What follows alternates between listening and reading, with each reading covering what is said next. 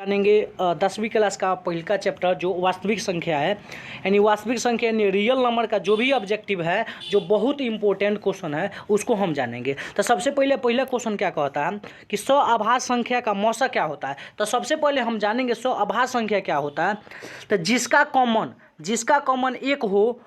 Common एक हो दो संख्या और लिखिए, और उसका कॉमन अगर एक होता है उसे हम सौ आभाज्य संख्या कहते हैं। जैसे कहिएगा सर दो और तीन रख दीजिए, दो और क्या रख दीजिए, तीन रख दीजिए।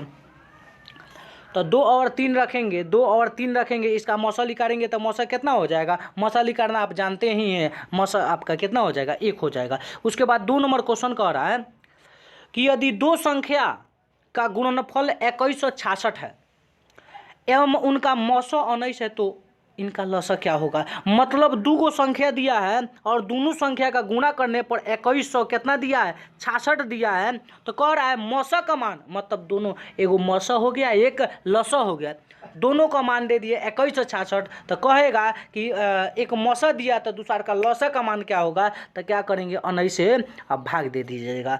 19 से जब भाग दीजिएगा तो 19 से 19 हो जाएगा। तो 21 को में से 19 को लिखकर गया, 2 हुआ, 2 पर 6 26 होता है, और 19 से 19 हो जाएगा, बच गया 7, और 7 पर 6 76 हो गया, और 19 से होगा कितना होगा 76, यानी 114 आपका आंसर हो जाएगा। तो ये आपका 114 आंसर हो जाएगा, सी हो जाएगा। फिर क्वेश्चन 3 नंबर कह रहा है यदि ए बराबर इतना दिया है और बी बराबर इतना दिया है तो लॉसा क्या होगा। तो देखिए कभी भी आपको लॉसा निकालना था हाईएस्ट को देखा जाता है। अब हाईएस्ट कहिएगा, क्या सर हाईएस्ट देखना है, तो कहिएगा यहाँ पर 2 के पावर 3 है और यहाँ पर 2 के पावर 4 है, तो इसमें दोनों में बड़ा कौन है। तो कहिएगा सर 2 के पावर 4 है, लिख देंगे, और हम साइड में लिखते हैं कि ताकि आपको समझ में आए। 2 के पावर 4 लिख देंगे, फिर गुना। फिर कहिएगा सर है इसमें 3 है लेकिन इसमें 3 नहीं है, तभी लिख दीजिए। इसमें भी 5 है, इसमें भी 5 है, दोनों समान है तो एगो 5 लिख दीजिए, एगो 5 लिख दीजिए। लेकिन इसमें 7 है लेकिन इसमें 7 नहीं है, तभी 7 लिखेंगे। और इसको गुना कर दीजिएगा, तो गुना कीजिएगा तो क्या हो जाएगा, 7 × 5 = 35 होगा, और 35 में 3 से गुना कर देंगे तो 35 3 का हो जाता है 105 हो जाएगा। और 105 में 2 के पावर 4 का मतलब हो जाएगा 32, और 32 में 105 से गुना कर देंगे तो 1680 आपका आंसर हो जाएगा। ये आप गुना कर लीजिएगा, 1680, इतना तो काम कर ही सकते हैं। करे यदि m एक धनात्मक पूर्णांक है तो धनात्मक विषम पूर्णांक का रूप होगा। तो धनात्मक पूछेगा, विषम क्या होता है, सम क्या होता है। विषम जानते हैं 1 3 5 7 क्या होता है, विषम होता है, सम 2 4 6 होता है। आप देखिएगा, बताइए इसके अंतिम में क्या है। इसके अंतिम में कहिएगा सर 2 है तो क्या है, सम है, तो गलती हो गया। यहाँ पर 2, यहाँ पर 4 दिया है, ये भी सम हो गया, ये भी गलती हो गया। लेकिन यहाँ पर 1 दिया है, मतलब यही आंसर हो जाएगा। आगे हम बढ़ते हैं। निम्नलिखित में से कौन आभाज्य संख्या है। आभाज्य संख्या किसे कहते हैं, डिफिनेशन सुनिए। वैसी संख्या जो एक से कटे और स्वयं से कटे उसे हम आभाज्य संख्या कहते हैं। बताइए वो कौन ऐसी संख्या जो एक से कटेगा और स्वयं से कटेगा तो कहिएगा सर 35 है। फिर 6 नंबर क्वेश्चन कह रहा है कि निम्नलिखित में कौन सा परमीय संख्या। परमीय संख्या किसे कहते हैं, ये तो आप बहुत बार पढ़े हैं, हजारों बार पढ़े होंगे परमीय क्या होता है, परमीय क्या होता है। तो परमीय संख्या में आप यह देखिएगा, जिसका रूट अंडर से बाहर पूरा निकल जाता है वह परमीय कहलाता है, जो रूट से बाहर नहीं निकलता है वह अपरिमेय कहलाता है। तो इसमें कहिएगा सर 100 दिए हैं तो 100 का मतलब 10 होता है, और 16 का मतलब 4 होगा, और इसका मतलब 5 हो गया, और 5 4 ही 9 हो जाएगा, इसका मतलब 2 होगा। लेकिन 17 एक ऐसा है जो क्या है, रूट से बाहर नहीं निकलेगा, और पूछा है अपरिमेय संख्या, तो यही अपरिमेय संख्या यानी ए ऑप्शन हो जाएगा। फिर कह रहा है कि 144 के अभाज्य गुणनखंड में 2 का घात कितना होगा। तो 144 कह रहा है, तो 144 का ऐसे फैक्टराइज कर दीजिए। अब फैक्टराइज करना आता ही होगा, इसको अधिया करेंगे 72 होगा, फिर अधिया करेंगे 36 होगा, फिर अधिया करेंगे तो आपको 18 होगा, फिर अधिया करेंगे तो 2 होगा। मतलब 2 कितना बार आया, तो 1 देखिएगा 2 कितना बार आया है, तो 2 आपको 1 बार आया, और यहाँ पर देखिए 2 बार आया, 3 बार आया, 4 बार आया, कितना बार आया, 2 4 बार आया, और आंसर हमारा क्या हो जाएगा, यानी 4 हो जाएगा। फिर कौन निम्नलिखित में से कौन सा परमीय संख्या है? परमीय संख्या है, ध्यान से समझिए। परमीय संख्या का क्या एक परमीय पूछा है? हटाइए इसको, आगे देखिए, एक का एक हो जाएगा, एक जो रूट से निकलेगा तो एक हो जाएगा। लेकिन अगर 144 को निकालते हैं तो 12 होगा, और 1/12 मतलब रूट से निकल गया है, दोसर देखने की जरूरत नहीं है, यही आपका आंसर हो जाएगा। उसके बाद हम क्वेश्चन नंबर 9 का, निम्नलिखित में से कौन सा अभाज्य संख्या है? और क्या भाज्य होता है, क्या अभाज्य होता है, ये आप जानते हैं। यानी देख लीजिए, किसी पहाड़ा से जो नहीं कटे वही क्या होगा? अभाज्य संख्या होगा, यानी आपका 41 हो जाएगा आंसर। ये आसान आसान क्वेश्चन है, आप लोग प्रैक्टिस किए होंगे। निम्नलिखित में किसका दशमलव प्रसार अशांत है? तो अशांत क्या होता है, शांत क्या होता है, ध्यान से समझिए। सिंपल एक ट्रिक बता रहे हैं, और उस ट्रिक के माध्यम से आप यूं जान जाइएगा। अब ट्रिक क्या है, सुन लीजिए। अब ट्रिक यह कहता है कि अगर ऐसे क्वेश्चन दिया है तो नीचे वाला जो भी दिया है, हर दिया है, नीचे वाला क्या दिया है? हर दिया है, उसका हर का फैक्टराइज करिए, और हर का फैक्टराइज में 2 या 2 के रूप में आ जाए, या 5 के रूप में आ जाए, या दोनों के रूप में आ जाए, वो अगर आता है तो वो अशांत है। अगर इसके अलावा दूसरा कोई अंक आ गया, इसके अलावा दूसरा कोई अंक आ गया, एक मतलब वो क्या होगा? अशांत होगा। तो देखिएगा, फैक्टराइज कीजिएगा, तब 50 को फैक्टराइज कीजिएगा, ध्यान से समझिए। नीचे 50 दिया है, 50 को फैक्टराइज करेंगे तो कहिएगा सर 50 को फैक्टराइज कीजिएगा तो 2 और 5 आएगा। 1600 का भी फैक्टराइज कीजिएगा तो 2 और 5 आएगा, और 625 का भी फैक्टराइज करिएगा तो 5 आएगा। लेकिन 243 का फैक्टराइज कीजिएगा तो 2 और 5 नहीं आएगा, इसके अलावा कोई अंक आएगा। इसके जब अलावा कोई अंक आएगा, उसका मतलब यही आंसर हो जाएगा, यही अशांत हो जाएगा, और ये बिल्कुल सही ये आंसर हो जाएगा। एक अशून्य परमीय और अपरमीय संख्या का गुणनफल होता है। यह तो याद कर लेना है कि एक अशून्य परमीय संख्या रहे, एक अपरमीय संख्या रहे, इसका गुणनफल क्या होता है? तो इसका गुणनफल आपका जो होता है, हमेशा मान लीजिए, हम एगो बात बताते हैं कि अशून्य एगो परमीय मान लीजिए एगो हम अशून्य परमीय 2 मान लिए,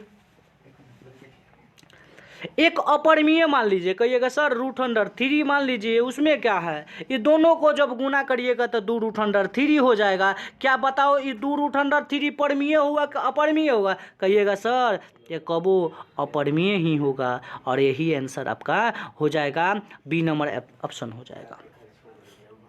उसके बाद कह रहा 45 तथा 60 का मौसा क्या होता है? अब देखिए, ऐसे कभी भी क्वेश्चन रहेगा तो कोई भी फैक्टराइज करने की जरूरत नहीं है। अब देखना है 45 और 60 किस किस पहाड़ा से कट जाता है। 45 और 60 किस पहाड़ा से कट सकता है? क्या आपको क्या 45 के पहाड़ा से दोनों कट सकता है, या 3 के पहाड़ा से भी कट सकता है, और 1 के पहाड़ा से कट सकता है, और उसके बाद आपको यहाँ पर दिया है 15 के पहाड़ा से कर सकता है।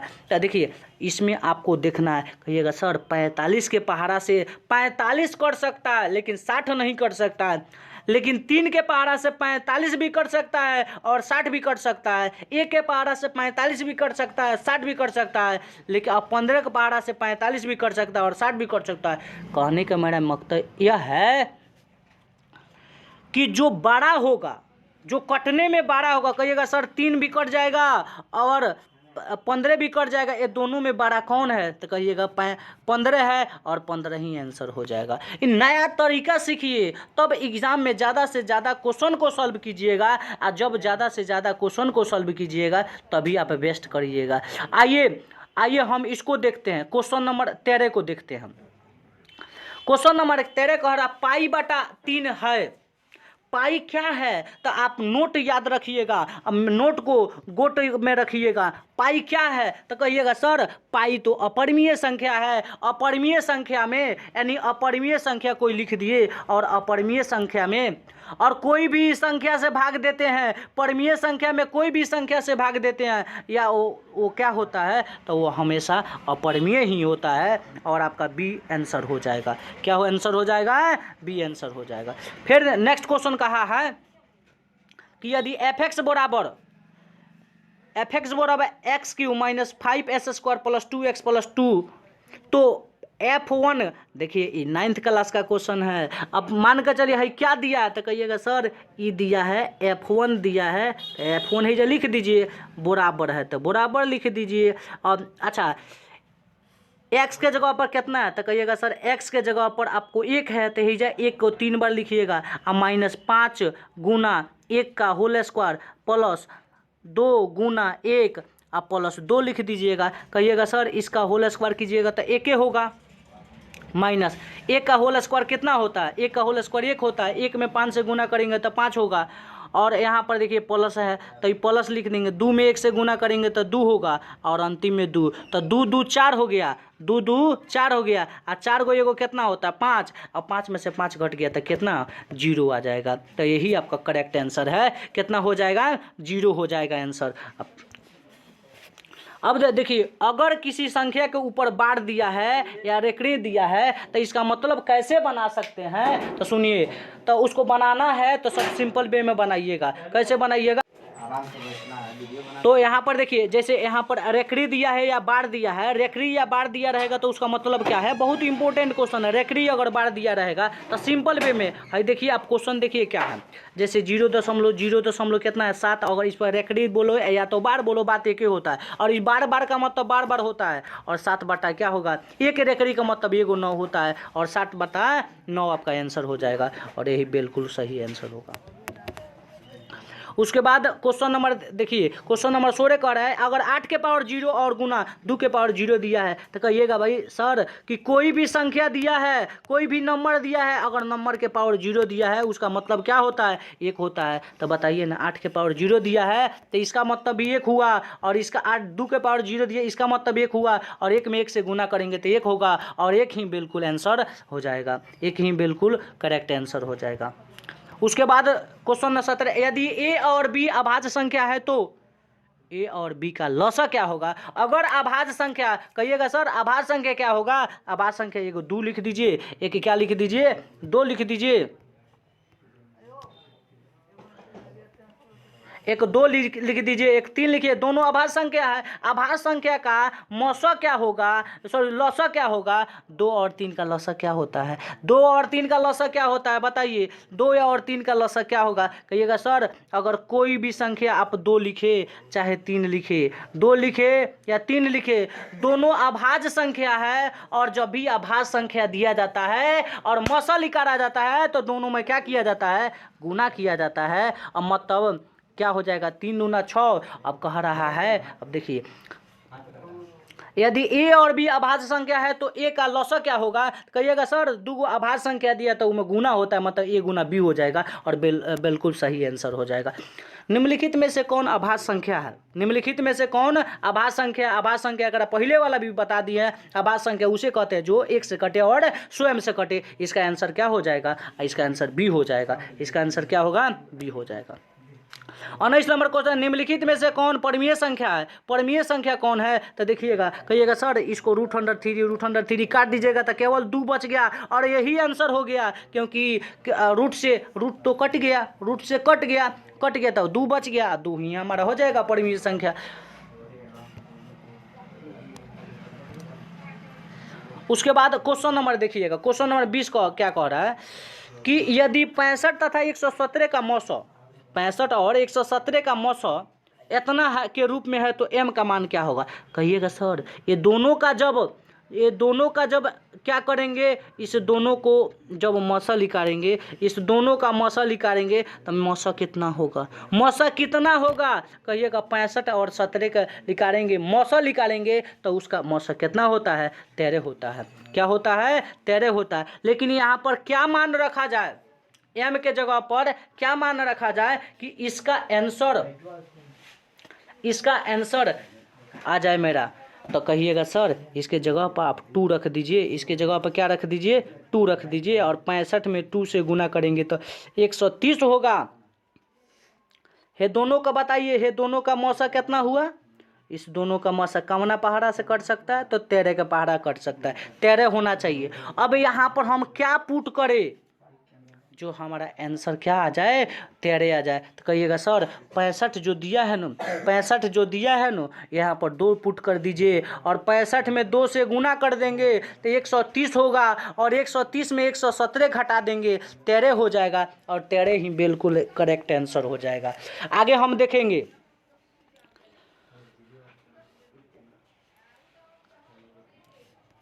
21 नंबर क्वेश्चन कर रहा है 2, 10 और 20 के लसो और मौसा का अनुपात क्या होगा। लसो मौसा का अनुपात पूछा है, आप जानते हैं आगे सबसे पहले पूछा है क्या, पूछा है आपको लसो, लसो ज्ञात कीजिए, उसके बाद क्या पूछा मौसा, तो लसो और मौसा ज्ञात कीजिए। अब कहिएगा सर इसको शॉर्टकट बताइए ना ट्रिक कि इसको निकालने का क्या तरीका है, तो कहेंगे 2, 10, 20 का 2, 10, 20 का लसो निकालिएगा तो 20 हो जाएगा, लसो निकालेंगे तो 20 हो जाएगा। लेकिन 2, 10 और 20 का मौसा निकालिएगा तो कितना होगा, तो कहिएगा सर 2 हो जाएगा, क्योंकि 2 के पहाड़ा से सब कट जाएगा। अब इसको जब करेंगे और इसको हम अनुपात निकालेंगे तो इसका अधिया 10 होता है और इसका अधिया 1 होता है, यानी 10:1 आंसर हो जाएगा। क्या हो जाएगा, 10:1 आंसर हो जाएगा, यही आंसर हो जाएगा। सबसे छोटी भाज्य संख्या और छोटी अभाज्य संख्या का मौसा कितना होता है। सबसे छोटी भाज्य संख्या, कहिएगा सर सबसे छोटी भाज्य संख्या 4 होता है, सबसे छोटी भाज्य संख्या क्या होता है, 4 होता है। और सबसे छोटी अभाज्य संख्या क्या होता है, तो 2 होता है। और 4 2 का हम मौसा निकालेंगे तो हमारा 2 आंसर करेक्ट हो जाएगा। फिर क्वेश्चन कह रहा है, देखिएगा एग्जाम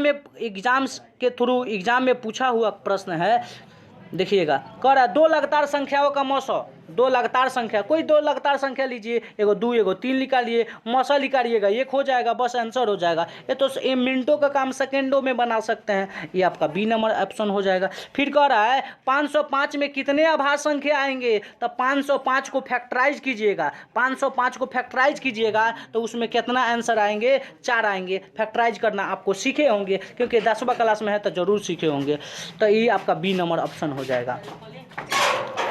कितने दो अंकों की संख्या 3 से विभाजित है, कितने 2 अंकीय संख्या कितनी होती है, तो कहिएगा सर 2 अंकीय संख्या 10 से लेकर 99 तक ले जो भी होती है वो 2 अंकीय संख्या होती है। कितना विभाजित होती है, तो एक पहले कितना लिखर गया, तो 9 गो लिखर गया, यानी 90 गो बचा, और 90 गो बचा और में 3 से भाग देंगे तो 30 हो जाएगा, और 30 ही करेक्ट आंसर हो जाएगा। क्या हो जाएगा, 30 ही करेक्ट आंसर हो जाएगा। आशा करते हैं कि मैथ का रियल नंबर जो चैप्टर है, मैथ का जो रियल नंबर चैप्टर है, रियल नंबर चैप्टर से पूरा कंप्लीटेड आप सीखे होंगे। एक एक करके क्वेश्चन रिवीजन कर लीजिएगा, क्योंकि इसी में से इसी की तरह एग्जाम में पूछता है, बहुत इंपॉर्टेंट है, इसको क्लियर कर लीजिए। ठीक है, मिलते हैं आगे वाला वीडियो में, तब तक जय हिंद।